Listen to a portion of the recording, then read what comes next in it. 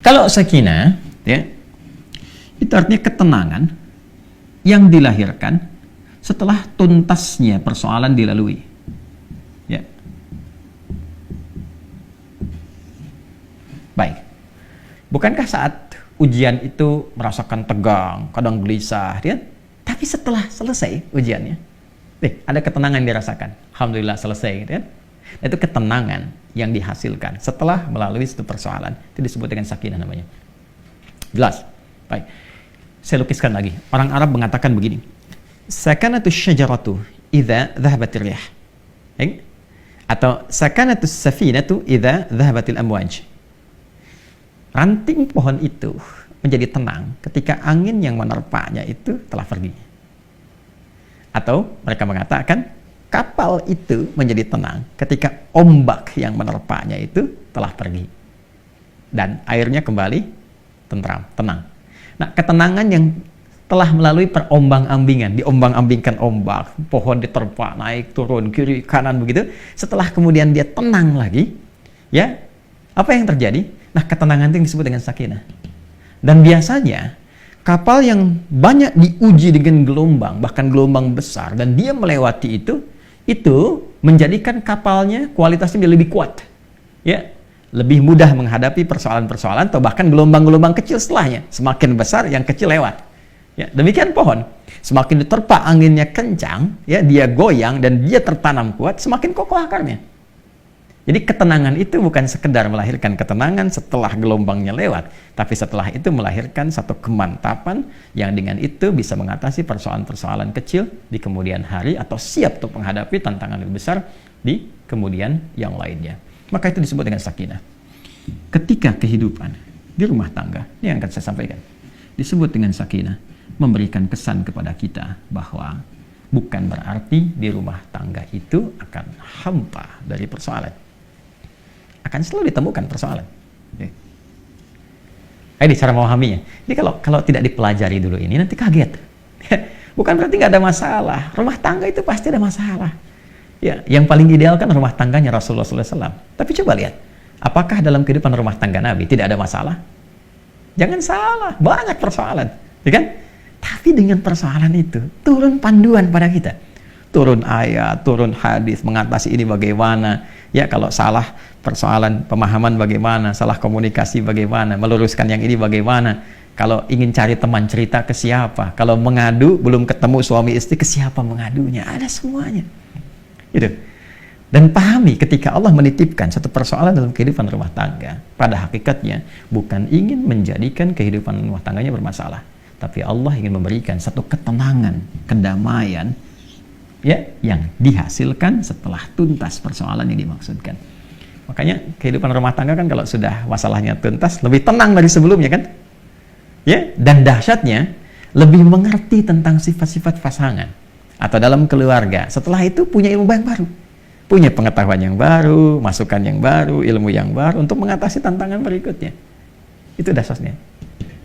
Tapi problemnya begini, bagaimana cara kita bisa mengatasi persoalannya dengan mudah? Karena tidak sedikit masalah-masalah kecil di rumah tangga, ya kan, bisa menjadi besar dan menyebabkan persoalan serius ketika, maaf, seseorang tidak mengetahui cara menyelesaikannya. Yang ditampilkan kadang-kadang, ya, boleh jadi egonya.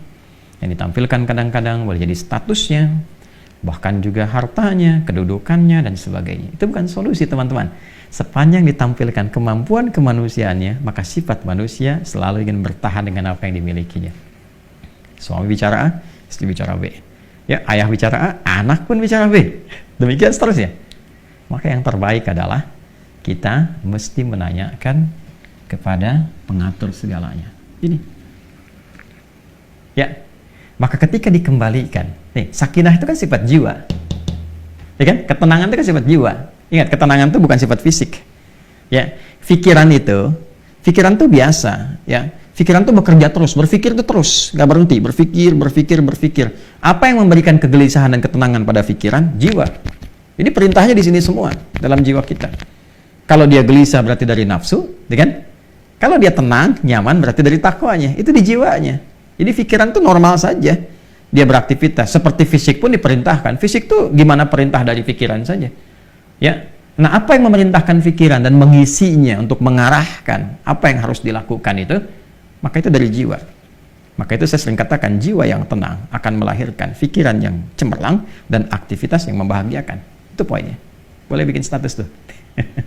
Ya. Nah, balik ke sini. Karena ketenangan sifat jiwa, yang punya jiwa siapa? Yang punya nafas siapa? Allah. Ya.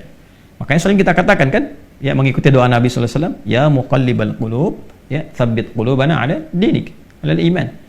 Wahai Allah yang mengetahui keadaan hati kami, gitu kan? Yang membolak-balikkan hati, yang memberikan kedamaian pada jiwa. Berikan kami kemantapan dalam jiwa kami untuk menaati ketentuanmu, untuk beriman kepadamu, untuk konsisten pada dinmu. Ini poinnya. Nah, sekarang bagaimana caranya kita bisa belajar untuk menenangkan jiwa sebelum menghadapi persoalannya? Ini poin besarnya. Jadi ada orang-orang tertentu yang Allah berikan ketenangan paripurna dalam jiwanya, sehingga ketika dihadapkan pada masalah itu, dia bisa menyaring persoalannya, menjadikannya lebih kecil. Dan yang paling dahsyat, jadi ringan masalahnya sebelum dihadapi. Bukan nggak punya masalah. Boleh jadi masalah yang sama, bagi orang lain besar, bagi dia tinggal senyum selesai. Itu poinnya. Jadi bukan nggak punya masalah, masalah dia ada. Cuma dikecilkan oleh Allah kadarnya, sehingga dengan kelapangan hatinya, itu menjadi kecil. Jadi kalau Anda punya cawan, teman-teman, ya, cawannya besar, apa saja Anda bisa masukkan dan jadi kecil di situ. Tapi kalau cawannya kecil, ya, yang kecil pun jadi besar. Garam sedikit itu asin semua. Nah, ada orang-orang yang jiwanya dilapangkan oleh Allah sehingga ketika dia menghadapi satu persoalan, perbedaan dengan pasangannya misalnya, ya kan? Melihat keadaan anak dan sebagainya, dia bisa melihat dengan hikmah. Allah lapangkan keadaan hatinya. Kenapa begini? Dia nggak langsung simpulkan, langsung keluar ini itu, dilihat dulu, dia bersikap dulu. Nih, kelapangan jiwa ini mahal. Dan ini tidak mungkin bisa didapatkan kecuali lewat skema ibadah ke sini. Menghamba.